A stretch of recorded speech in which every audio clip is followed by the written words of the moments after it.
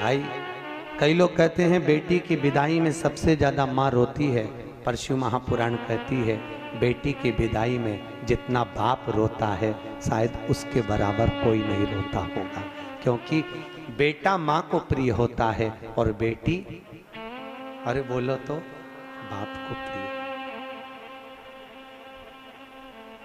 बाप को प्रिय है।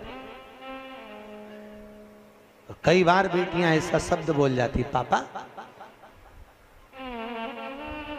मैं जा रही हूं, आपने मेरी शादी कर दी है, मैं दूसरे घर जा रही हूं पापा,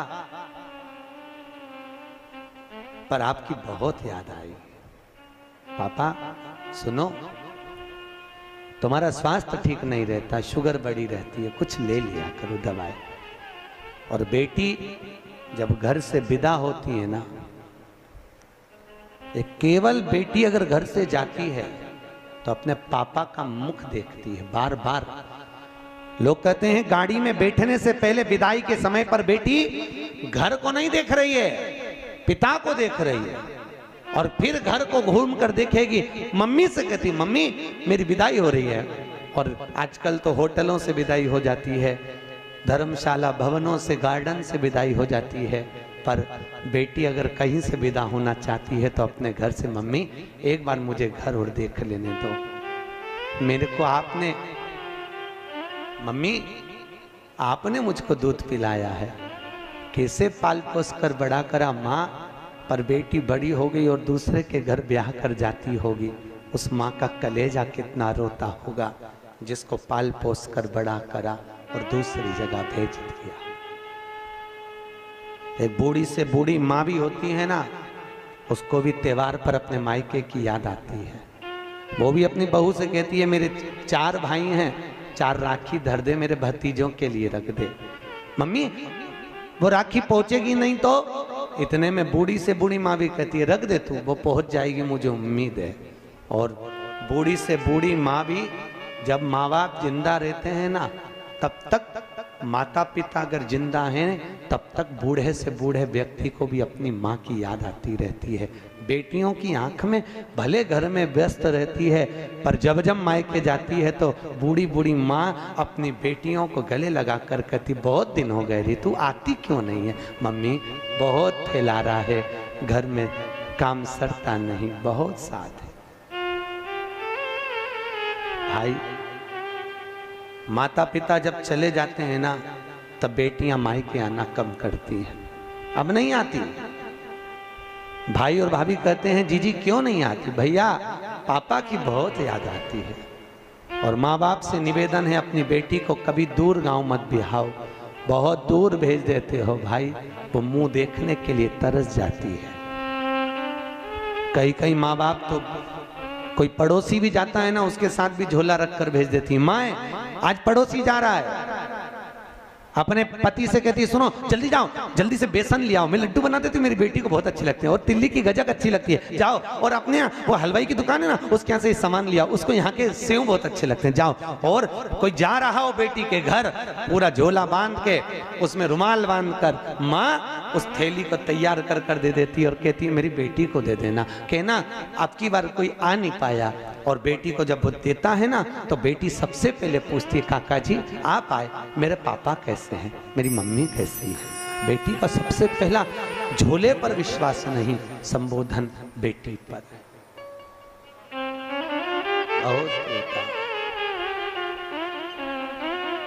यहाँ भी मेरी बहनें बैठी हैं, माताएं बैठी हैं।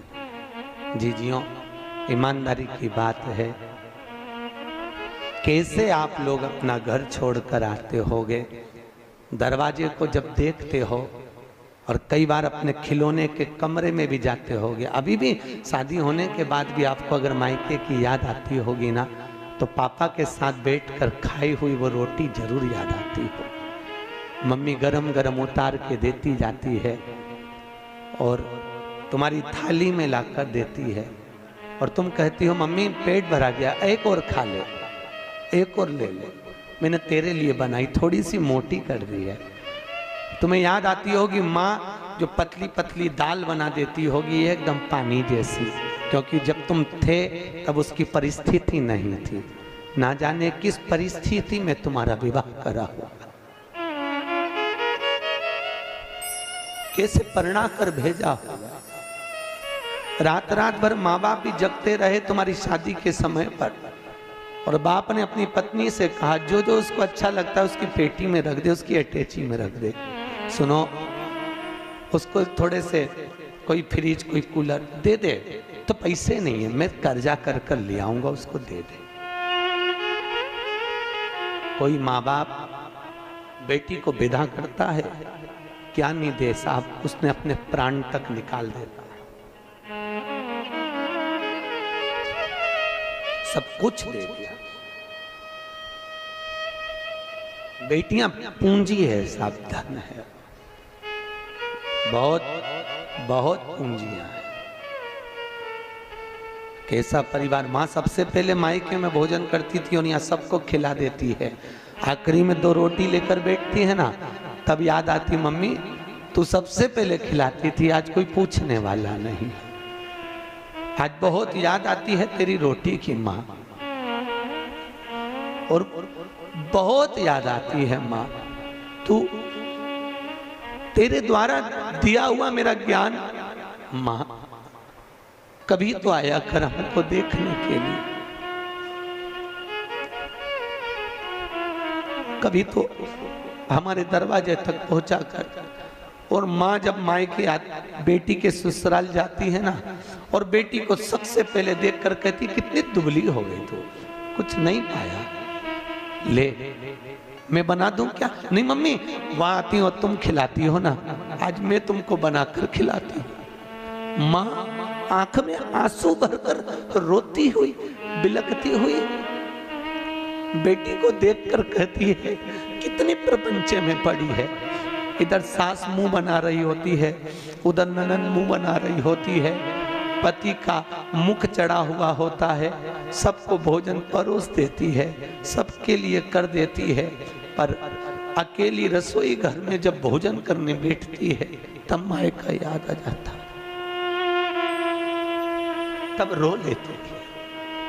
नहीं सहन होता तो कमरे में चली जाती है और जाकर एकांत में जब मायके पहुंचती है, पापा पूछते हैं कैसी है रे तू? पापा मैं अच्छी हूं। कितना दिल में दर्द लिए हुए, कितना दुख लिए हुए, कितनी तकलीफ लिए हुए बेटी अपने जीवन का निर्वाह करती है, अपने जीवन। भाई दक्ष प्रजापति की कथा कह रही है, दक्ष प्रजापति ने सती को अपने यहाँ रखा, हिमालय राज ने पार्वती को रखा, जनक जी ने सीता को रखा।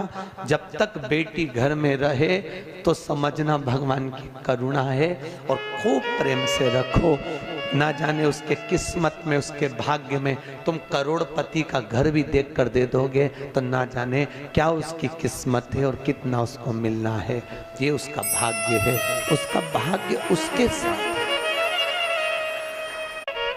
किस्मत उसकी अपने साथ है।